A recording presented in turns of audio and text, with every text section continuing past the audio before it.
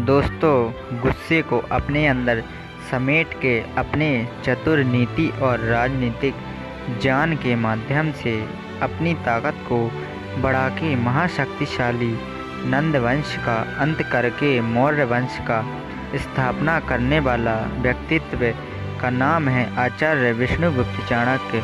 दोस्तों, हम आज इस वीडियो में अपने से ज़्यादा ताकतवर शत्रु को हराने की तरीका के बारे में चाणक्य जी के नीति शास्त्र से सीखेंगे। दोस्तों, यहाँ पर ताकतवर शत्रु का यह मतलब नहीं है आपके शत्रु सिर्फ आपसे शारीरिक रूप से ताकतवर हो। यहाँ पर आपका शत्रु ज्ञान से, धन से या बुद्धि से आपसे ज़्यादा ताकतवर हो सकता है।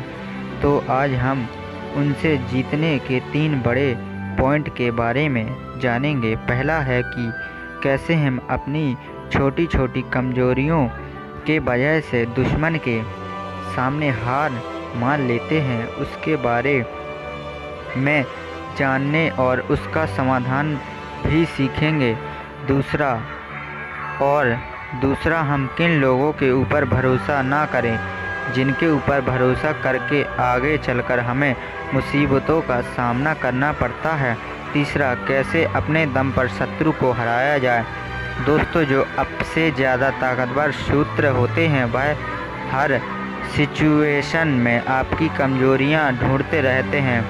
हम हमेशा तो अपनी कमजोरियां सभी के सामने छुपाते हैं, लेकिन हमारे ऐसे कुछ ना कुछ कमजोरियां होती हैं जिसको हम उनके सामने रख देते हैं, जिसका वह आसानी से फ़ायदा उठा लेते हैं और हमें नुकसान भी देते हैं। दोस्तों, पहले हम जानेंगे कि हमारे अंदर कौन से ऐसे कमजोरियां हैं जो आसानी से उनके सामने बाहर आ जाता है। पहला, गुस्सा। दोस्तों, हमें बचपन से अपने पिता, माता और बुजुर्गों से यह सिखाया जाता है, गुस्से को अपने काबू में रखो।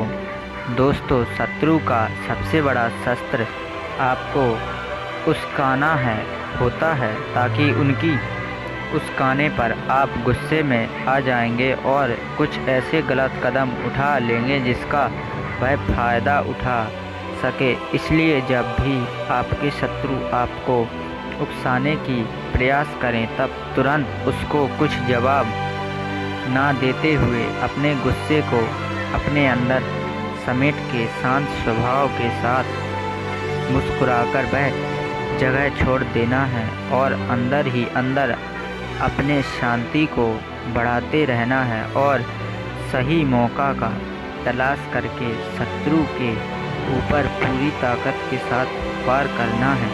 दूसरा, नफ़रत। दोस्तों, नफ़रत को इंसान की एक सबसे बड़ी कमजोरी माना जाता है, चाहे वह शत्रु हो या मित्र। किसी के भी प्रति अपने नफ़रत जुटाने नहीं चाहिए, क्योंकि आपको पता होगा अगर हम किसी को अपने नफ़रत की नज़र में देखते हैं तो हम उनके बारे में सोचने समझने की क्षमता खो देते हैं और हमें सिर्फ उस इंसान की कमजोरियां ही नज़र आती हैं, जबकि उसकी ताकत के बारे में हमें कुछ अंदाज़ा ही नहीं रहता। इसलिए आचार्य चाणक्य जी कहते हैं कि शत्रु को अपने दोस्त की नज़र में देखना चाहिए और उनकी हर एक छोटी बड़ी कमजोरी को ध्यान में रखते हुए सही मौका का तलाश करके हर एक कोने से उस पर वार करना चाहिए और ऐसे आक्रमण से आपके शत्रु की जीतने की संभावना कम हो जाती है। तीसरा, भरोसा। दोस्तों, ताकतवर दुश्मन को सामना करने के लिए और उन्हें हराने के लिए खुद पर यकीन होना बहुत ज़रूरी होता है, क्योंकि शत्रु कितना भी ताकतवर क्यों ना हो जाए, गलती ज़रूर करेगा। वह गलती का फ़ायदा खुद पर भरोसा रखते हुए उठाना है और जीत हासिल करना है। लेकिन हम अक्सर अपने ऊपर से भरोसा तोड़ देते हैं, जिसका फ़ायदा सामने वाला उठा लेता है। दोस्तों, यह 3 कमजोरियां को अगर हम अपने अंदर ऐसे छुपा रखते हैं तो बड़े से बड़े दुश्मन को हम अपने को सुरक्षित रख सकते हैं। दोस्तों, अभी हम 3 पॉइंट के माध्यम से जानेंगे कि किन लोगों से बच के रहना चाहिए। दोस्तों, आचार्य चाणक्य जी के मुताबिक सभी पहाड़ों पर रत्न और मानियाँ नहीं मिलती, ना ही प्रत्येक हाथी के मस्तक में राजमुक्ता नामक मणि होती है और ना ही प्रत्येक जंगल में चंदन उत्पादन होता है। उसी ठीक प्रकार सज्जन पुरुष सभी स्थान पर नहीं मिलते और हम जाने अनजाने में दुष्ट लोगों से ऐसी मित्रता बना लेते हैं जैसे हमें बाद में चल के बहुत ज़्यादा पछतावा होता है। पहला, दृष्टि मनुष्य भरोसा पात्र नहीं होते। चाणक्य जी के मुताबिक दुष्ट मनुष्य को चाहे अपने कितने अच्छे व्यवहार क्यों ना कर ले, कभी उसके स्वभाव में परिवर्तन नहीं होता है। दृष्ट हमेशा दृष्ट ही रहता है और कहते हैं सांप के जहर उसके दांतों में होता है, बिच्छू का जहर उसके पूंछ में होता है, लेकिन दुष्ट मनुष्यों का जहर उनकी अंग अंग में भरा होता है। इसलिए इन लोगों से शत्रुता करना तो दूर, इन लोगों से मित्रता भी आपके लिए भारी पड़ सकती है। दूसरा, घायल शत्रु पर भरोसा ना करें। दोस्तों, ना ही किसी शत्रु को घायल करके छोड़ना चाहिए और ना ही घायल हुए शत्रु पर कभी भरोसा करना चाहिए। दोस्तों, अगर किसी बीमारी का जड़ है, इलाज नहीं किया जाता है तो जिंदगी में वह अपने प्रभाव जरूर दिखाएगी।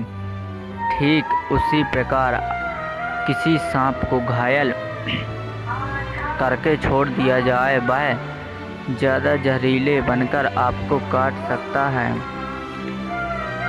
ठीक उसी अगर आप मुकाबला किसी शत्रु के साथ हो रहा है तो उसकी समूल नाश करना चाहिए है, नहीं तो वह पहले से ज़्यादा ताकतवर होकर आपके विरुद्ध खड़ा हो सकता है और आपको हरा भी सकता है।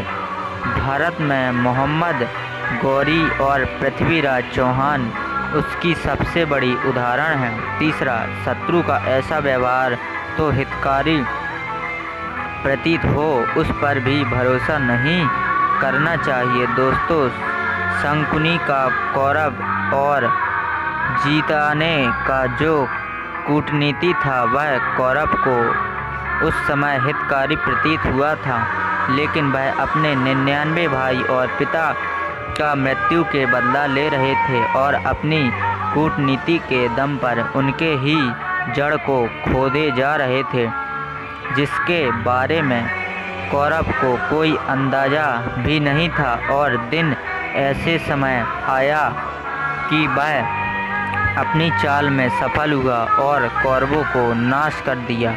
ठीक उसी प्रकार चाइना ने भारत को आक्रमण करने से पहले भारतीय चीन भाई भाई का नारा लगाया था, जो भारत को उस समय हितकारी प्रतीत हुआ था।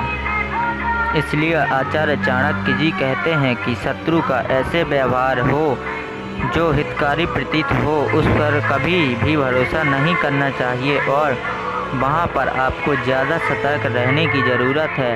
दोस्तों, दुश्मन को अपने दम पर हराने के लिए चाणक्य नीति ने अपने नीति शास्त्र में बहुत सी ऐसी शत्रु नाशक उपाय के बारे में बताया है। बल की जगह पर बुद्धि का इस्तेमाल कीजिए। दोस्तों, आचार्य चाणक्य जी का कहना है दुश्मन को कभी कभी पहला बार बल या हथियार से नहीं करना चाहिए, बल्कि उसी जगह पर इस्तेमाल करके को अपनी कूटनीति में फंसाना है। दुश्मन को कमज़ोर करने का सबसे आसान तरीका यही होता है कि उसकी सबसे बड़ा सहयोगी और हथियार से आपको दूर करना दिया जाए तो उसका सबसे बड़ा ताकत है, और यह सिर्फ अपने बुद्धि के दम पर किया जा सकता है। और जब आपको लगे कि आपका दुश्मन अकेले हो गया है, कमज़ोर पड़ चुका है, उस समय उसको अपनी पूरी ताकत से तैयार के साथ वार करना चाहिए। इस स्थिति में आपके एक बार आपके दुश्मन को हरा सकता है। यही रहेगी दुश्मन को तकलीफ़ देने की, उनके हर काम में हरा के खुद जीतने में और उसको आपसे ज़्यादा फोकस डालने में अपने ज़्यादा समय ना खोते हुए अपने फोकस अपने काम पर रखिए। अगर आप अपने दुश्मन की मुंह को बंद करने, आंखों को नीचे करवाना चाहते हैं तो वह सिर्फ खुद को कमाएगी की बुलंदियों पर पहुंचा किया जा सकता है। दोस्तों आज इतना ही। वीडियो अच्छा लगा हो तो सब्सक्राइब लाइक ज़रूर करें। फिर मिलेंगे अगले वीडियो में कुछ नया सीखने